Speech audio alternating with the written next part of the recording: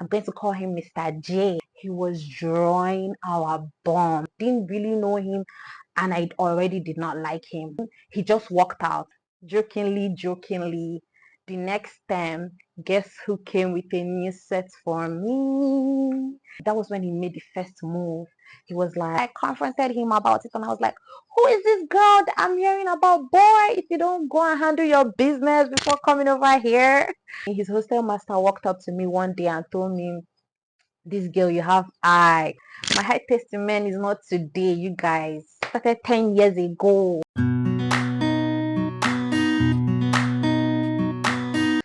Hi guys, welcome back to my YouTube channel.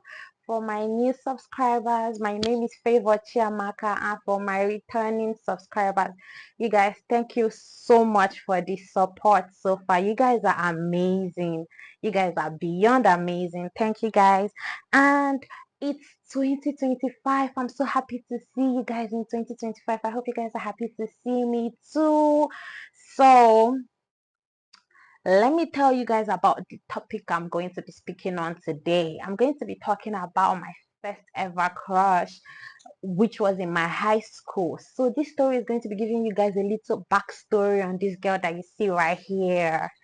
This wannabe content creator, this social butterfly, this talkative that is always smiling. Yes, it's going to be giving you guys a little backstory about my first crush ever in high school. So in high school, like I already said, I've always been like always smiling, and I was a talkative in high school. I was talking all the time. They used to call me chatterbox. And I was like into music. Like I used to sing. I had this a cappella group in church where I had a dance crew, I had a singing crew. I was in drama in school. When we had events, cultural day, you see me cultural dancing. I was always like in all these social activities. I loved them so, and I've always loved the camera. All right, so Mm, in school, my a cappella group, we used to sing almost every Sundays. As long as we practiced and we had a song, we would sing, but not it was not every Sunday, but almost every Sundays. Anyways, we used to sing. There were like six of us. My sister was there, my younger sister. She was in the group. She has an amazing voice as well. And the first time I ever met my crush, you guys, it was after a Sunday service. It was after a Sunday service, and then me and him were not like been talking. I'm going to call him Mr. J. So Mr. J joined us in school when he was in SS1. Meanwhile, like I was an OG already. I'd been there since SS1. So he joined us when he was in SS1, and in my SS2, while my a cappella group and I were singing in church, he was drawing our bomb. So we found like those we were very churchy. So we used to stay after service and help around or whatever if we had the time. So someone found a paper or a book where he was drawing, and then we're like, who was sitting down on this seat? We're investigating. Girls were investigators. We were investigating, and we're like, who was on this seat? So we realized that he was the one, and I've forgotten how we confirmed that he was the one. So we agreed that we were going to confront him. We're like, this is not acceptable. We're going to confront him, because I even felt like we had juniors there. Like it was not this time. I'd never spoken to him. I didn't really know him, and I already did not like him. Like because of what he did, drawing our bomb in church, that was very disrespectful. So me and two of my girlfriends, my closest girlfriends, we approached him. We were like, what is this? You were drawing our bond in church while we're singing. And then we were like raising our voices. So it kind of drew attention, and people started coming out. And he does not like attention, you guys. He did not like attention. As soon as people started coming, like gathering, he was even so quiet. He's very shy. He's very like to himself, very private. So as soon as people started coming, he just walked out. Like he just left the confrontation ground. He just walked out and walked down to his hostel. But that was the first time ever that I spoke to him. We initially started talking, but it was not talking, we're just exchanging pleasantries like, hi, how are you, like if we see each other around. I had this girlfriend, they used to call her my sister. We were like this in school, we're twins. So she had been in a very long relationship, in a 3-year relationship. So when she was talking to guys, you know how girls like to gossip me. If you're talking to a new guy, she's desperate for attention. They never used to talk like speak like that about her because she was in a very long relationship. So nobody used to think, when she just liked to talk and play with everybody. So nobody used to think anyhow or think anything when she was talking to any other person, and me and her were always together. So she used to she used to take me around. We were going everywhere together. So her friends were my friends and my friends were her friends. And she used to talk to everybody, like I said. And this boy and his friends, they were not very social. So most girls were not talking to them. But me and her, we were talking to them. We were playing with them basically. And then anytime I'm around him, I would just be like, oh, hi, hi, hi. So one of the days when we're, saying our hi, hi, hi, I saw his cutlery. He had just come out from the cafeteria, and I saw his cutlery, and I was like, "Oh, that's a nice set of cutlery. That's nice. It's cute. I've I've I've seen that you're holding, something cute. Why am I stammering? Why am I stuttering?" Anyways, he was like, "Oh, bet you like it. All right, bet I'll get you your set." And jokingly, the next time, guess who came with a new set for me?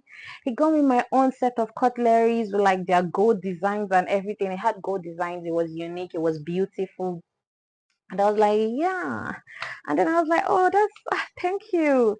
So me and him started talking more often. But when he made the first move to like tell me that, oh, I like you, was when was during our SS3 extension. So our SS3 extension happened, I think our exam period was 2014, 2015, but I think we wrote our exams in 2015. Yeah.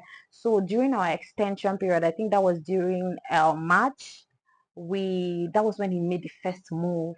He was like, he sent someone to call me to talk to me. So I asked my friends, and they were like, oh, just go and hear him out and hear what he has to say. So that was when I that was when he told me about his interest, about him liking me, about his feelings for me. Mhm. And um I was cool with it because we had started talking. He apologized for what he had done, and I relayed the apology to my girls because I have to apologize to my girls. And he told me the reason. There was no excuse really, but he told me his reason, and then he apologized, and we started talking.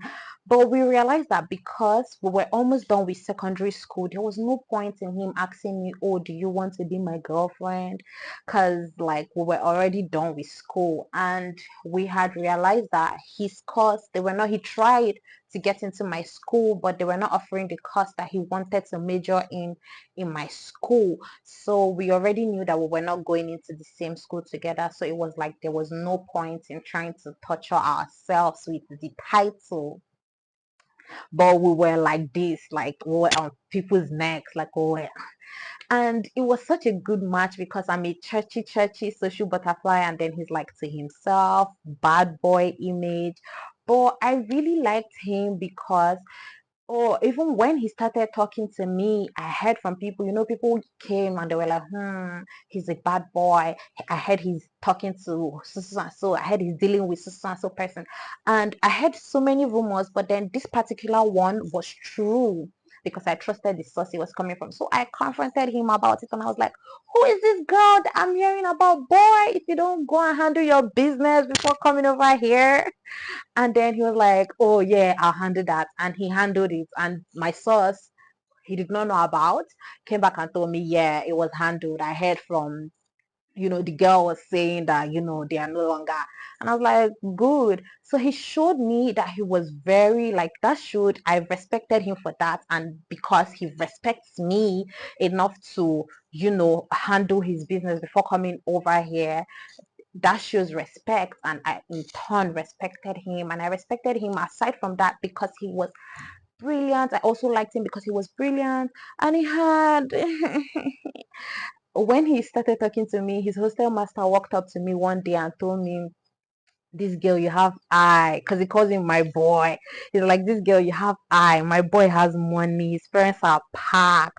And then that was mind blowing because imagine an adult telling me, little old me, I was 15 then, telling me that I have eyes for men. I was like, my high taste in men is not today, you guys. Started 10 years ago.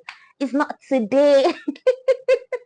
Anyways, so I liked him because he was smart, he was very brilliant, and he respected me and he liked me.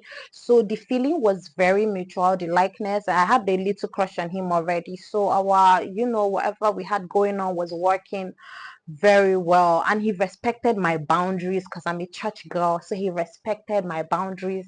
It was even after I left school, I started hearing something, and I was like, but he respected me. Like, he did not ever bring anything that was not comfortable about talking about or doing to my side. And he started doing selfless acts. Like, he started doing, let me say, charitable things. That was me. Those are things that I'm used to doing, but people knew him as selfish.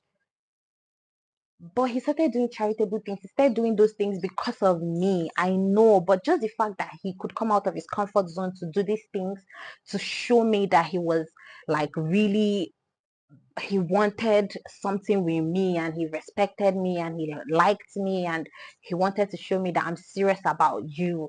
So I loved that about him as well because he was very intentional in pursuing me. He was very, very intentional.